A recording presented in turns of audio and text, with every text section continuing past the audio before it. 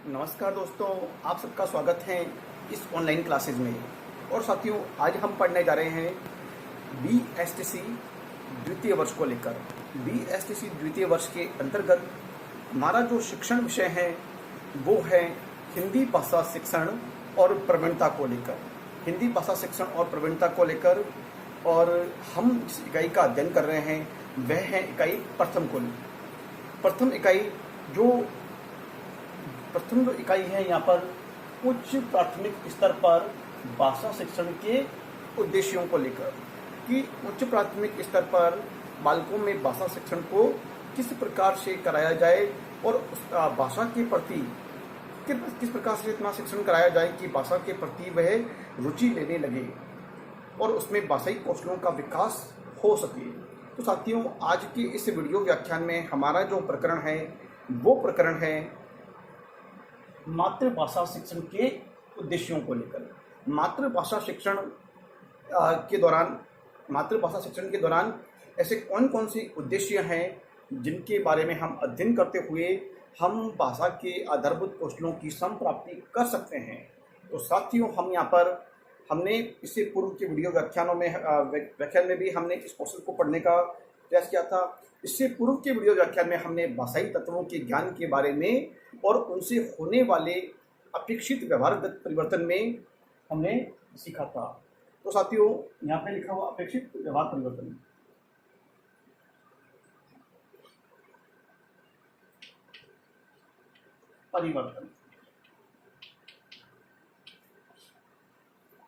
साथियों, हम इस वीडियो व्याख्यान के माध्यम से ये समझने का प्रयास कर रहे हैं कि साहित्यिक विधाओं का ज्ञान प्राप्त करना। अब साहित्यिक विधाओं का जो ज्ञान बालक प्राप्त कर लेगा तो उससे बालक में किस प्रकार से व्यवहारिक परिवर्तन हमें दृष्टिगत होंगे। तो साथियों, सबसे पहले हम यहाँ समझने का प्रयास करेंगे कि साहित्यिक विधाएं कौन कौन सी है। अब साहित्यिक विधाएं साहित्य की बहुत सारी विधाएं होती हैं, लेकिन हम मुख्य विधाओं का यहाँ पर अध्ययन करने जा रहे हैं। तो साथियों, सबसे पहले हम जिस विधा के बारे में यहाँ पढ़ने और समझने का प्रयास कर रहे हैं, तो सबसे पहली जो विधा यहाँ पर हमको देखने को मिलती है निबंध, जो एक गद्य की विधा है। निबंध, कहानी, उपन्यास। निबंध से साथियों आप सब परिचित हैं कि निबंध जो विचारों का एक मौलिक प्रवाह है, जो किसी भी हास्य निबंध भी हो सकता है या कोई साहित्यिक विचारों से जुड़ा हुआ निबंध हो सकता है या किसी ऐतिहासिक दृष्टिकोण के पर आधारित निबंध हो सकता है या फिर वर्तमान की परिदृश्य में राजनीतिक घटनाओं को देखते हुए भी निबंध लिखा जा सकता है या फिर भाषा एवं साहित्य से जुड़ा हुआ निबंध भी हम लिख सकते हैं। निबंध का मतलब होता है विचारों का एक प्रभाव, जिसके विचारों के प्रभाव को हम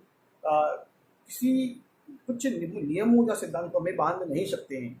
वो एक निर्बाध रूप से बहने वाला, प्रवाहित होने वाला प्रवाह है, इसको हम निबंध कहते हैं, जिसमें कोई बंधन नहीं होता है। कहानी एक सबसे प्राचीन विधा है साहित्य की। और कहानी के माध्यम से हम पात्र संयोजन या पात्र विधान, और कहानी हमें प्रेरणादायक भी होती है। कहानी हमें बालकों के लिए एक मनोरंजन का विषय भी होती है। बालकों के लिए ही नहीं बल्कि प्रत्येक व्यक्तियों के लिए ये मनोरंजन का विषय होती है। तो कहीं ना कहीं हमें नैतिक रूप से हमें एक आदर्शवादिता के लिए तैयार करती हैं और कहीं ना कहीं हमें एक सीख भी देती हैं। उसके बाद आता है उपन्यास। उपन्यास का अर्थ होता है साथियों उपधन्यास, मतलब पास में या समीप में। उपन्यास का मतलब होता है धरोहर, हमारे समीप रखी हुई धरोहर। तो उपन्यास के माध्यम से हम किसी पात्र संयोजन, किसी घटना, किसी वर्गीकरण एवं उसके बारे में हम एक वृहत रूप में उपन्यास लिख सकते हैं। जैसे कि बाण भट्ट की आत्मकथा हजारी प्रसाद द्विवेदी का एक उपन्यास है। नाटक साहित्य की ऐसी विधा है जिसको कई दृश्यों में एवं कई पात्रों का संयोजन करते हुए, कई पात्रों के साथ में इसको एक गुंथा जाता है, एक उसको पिरोया जाता है पात्रों के साथ में। देश काल, वातावरण, संवाद एवं विभिन्न चारित्रिक विशेषताओं को लेकर इसमें सुंदर ढंग से संयोजन किया जाता है। साथ ही उसके बाद है कविता। कविता एक ऐसा जो प्रसिद्ध या सर्व प्रमाणिक एक ऐसी विधा है जो सभी को अच्छी लगती है और प्राचीन भी है, और कविता के माध्यम से कवि अपने मन के विचारों को कुछ छंदों के माध्यम से पदबद्ध करता है, लेखनबद्ध करता है। और कविता कम शब्दों में विचारों का विशाल प्रभाव लेकर सामने आती हैं। किसी विचार के बारे में, किसी परिवर्तन के बारे में यदि कवि चाहता है, जैसे कि हम 1857 की क्रांति के बारे में जानते हैं, कवियों और लेखकों ने छोटी छोटी कविताओं के माध्यम से जन जागृति का किस प्रकार से जन जागृति को उन्होंने जन जागृति को फैलाया और व्यक्तियों को क्रांति एवं राष्ट्र की भावना के प्रति अग्रसर किया। उसके बाद आता है गीत। गीत भी एक बहुत ही प्राचीन विधा है। जब लेखन विधाएं भी नहीं हुई थी तब प्राचीन में गीत विधाएं होती थी। गीत विधाओं के माध्यम से हम किसी घटना या कहानी को संजोए रख सकते हैं, या किसी बड़े बड़े महाकाव्य रचे गए या महाकाव्य लिखे गए हैं, उन काव्यों में भी पद का सहारा लिया गया है। और रिपोर्टार्ज साथियों यहाँ पे एक फ्रांसीसी शब्द है जो फ्रांस की भाषा से आया है, जिसका शाब्दिक अर्थ होता है रिपोर्ट, किसी घटना या कहानी का आंखों देखा वर्णन, लेकिन उसमें साहित्य का पुट भी शामिल होना चाहिए। तो ऐसा साहित्यिक रूप से लिखी हुई किसी घटना विशेष का वर्णन किया जाए तो वो एक रिपोर्टार्ज कहलाता है। रेखा चित्र यहाँ से साथियों, जैसा कि नाम से ही स्पष्ट है, रेखा चित्र उसे कहते हैं हम कि रेखाओं के माध्यम से किसी चित्र विशेष को उभारा गया हो। इसको हम इंग्लिश में स्केच नाम दे सकते हैं, लेकिन स्केच एक कागज पर बनाया जाता है, लेकिन रेखाओं के माध्यम से मतलब शब्दों के माध्यम से हम किसी के चित्र को उभार सकते हैं। रेखा चित्र के माध्यम से हम उभार सकते हैं। जैसे कि हम महादेवी वर्मा की जो रेखा चित्र हैं, गोरा है, आलोपी है, ये बहुत सारे रेखा चित्र हैं जहाँ पर उन्होंने उनकी कदकाठी या हुलिया के बारे में वर्णन किया है। उसके बाद में आता है संस्मरण।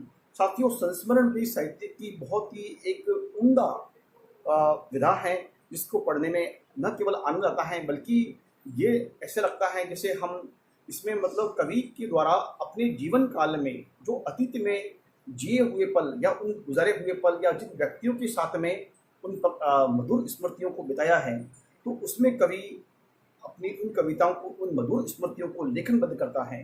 तो ये कहलाता है संस्मरण। मतलब जो दुनिया में अब नहीं है, वो बीत चुका है, जो भूतकाल की बातें हैं वहाँ पर उनको लेखनबद्ध, लिपिबद्ध किया जाता है।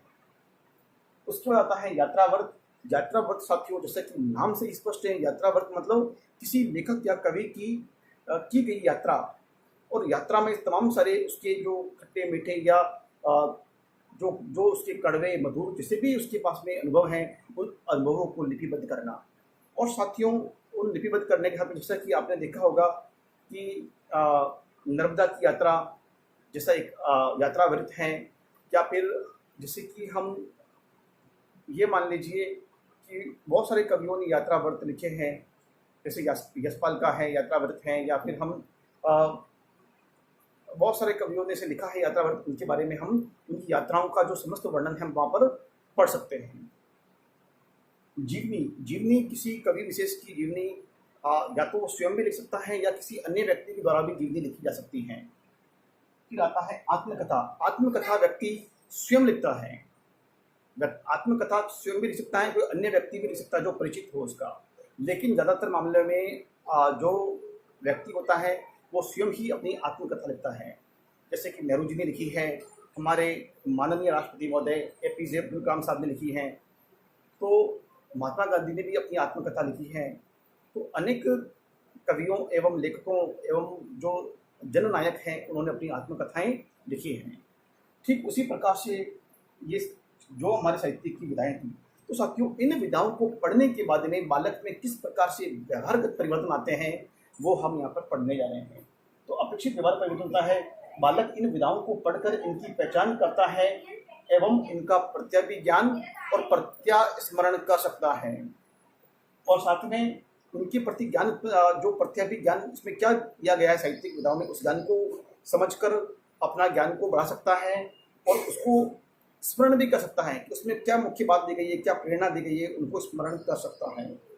साथ में तुलना कर सकता है, पात्रों की चरित्रिक विशेषताओं की तुलना वहाँ पर कर सकता है, और साहित्यिक में जुड़े हुए तत्वों के बारे में तुलना कर सकता है, उन घटनाओं एवं उसमें दिए गए संयोजन का वर्गीकरण कर सकता है, परस्पर संबंध को बता सकता है। साथियों, यहाँ पर बालक इन विधाओं को पढ़कर परस्पर संबंध को बता सकता है और संबंधों को अंतरक्रियात्मक संबंध क्या दिए गए हैं उनके बारे में अपने शब्दों में विवेचना कर सकता है।